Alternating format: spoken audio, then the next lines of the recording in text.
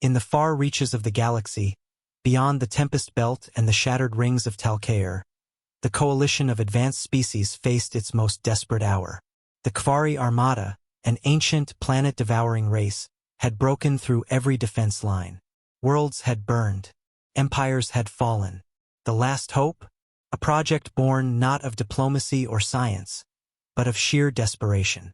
Project Fate Elbow, a name that confused most and terrified those who knew its meaning. The coalition's strongest, most perilous vessel ever built, the Elbow of Fate, was not a ship in the traditional sense. It was a living weapon, an ark of destruction. It was meant to house the deadliest entity the coalition had ever encountered. A human. The Council had hesitated for years to involve them. Humanity's brutal past, volatile nature, and refusal to adhere to galactic norms made them a liability. But after the fall of the Dral Imperium and the annihilation of 3 star clusters in a single Kvari raid, there was no alternative. So they summoned Captain Imani Reyes, a war veteran, tactician, and the only surviving human who had previously disabled a Kvari dreadnought with a salvaged mining vessel and pure, reckless genius. The Elbow of Fate was designed with one purpose: to amplify a human's instinct for chaos, strategy, and destruction. It was forged in the crucible of collapsed stars and lined with neuroreactive alloys. The ship didn't respond to commands. It responded to intent. Imani stepped aboard with a single directive: destroy the Armada. No survivors. The moment she bonded with the ship's neurocore, it screamed to life. The hull shimmered with black-red energy, pulses of antimatter curling like serpents along its spine. Alien technicians stepped back. Some fled the hangar. "The human is in control," whispered Counselor Fanzel, his mandibles trembling. "Stars help us all." The Elbow of Fate launched, not with grace, but like a beast loosed from chains. It tore through slipspace in erratic angles, its engines snarling like wolves. Imani's mind became one with the ship, every panel an extension of her nerve, every turret an extension of her anger. The Kvari Armada expected resistance. They did not expect madness. Imani didn't follow formations. She collapsed moons into gravity wells to slingshot her ship. She hacked derelict satellites to broadcast ancient Earth war chants that drove the Kvari communications into chaos. She lured fleets into asteroid belts and then detonated the whole region with forbidden solar mines.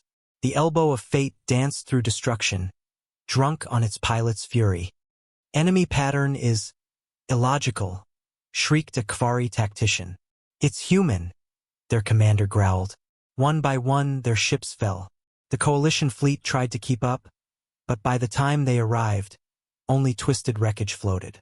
Survivors reported seeing the human vessel streak through the debris like a vengeful spirit, leaving only fire in its wake. 3 weeks into the campaign, Imani received a message.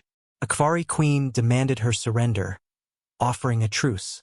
Imani replied by hurling the remains of the queen's son's flagship into their command carrier, at lightspeed.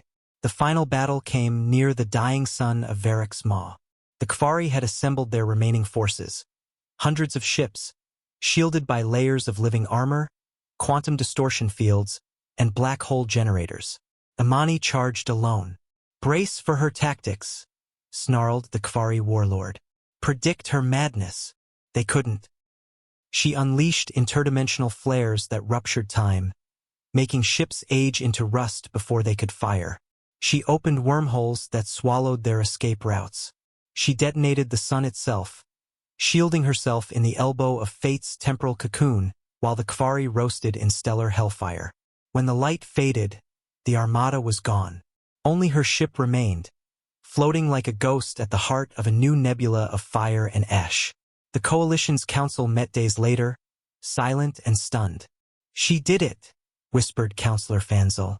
"She eliminated them all." "And the human?" another asked. A signal blinked. On their screens, Imani appeared, tired, eyes bloodshot but victorious. Her voice was calm. "Mission complete. The Elbow of Fate awaits further instructions, or a stiff drink." The council didn't know whether to fear her or worship her. But every species understood one thing now: never underestimate a human in a ship built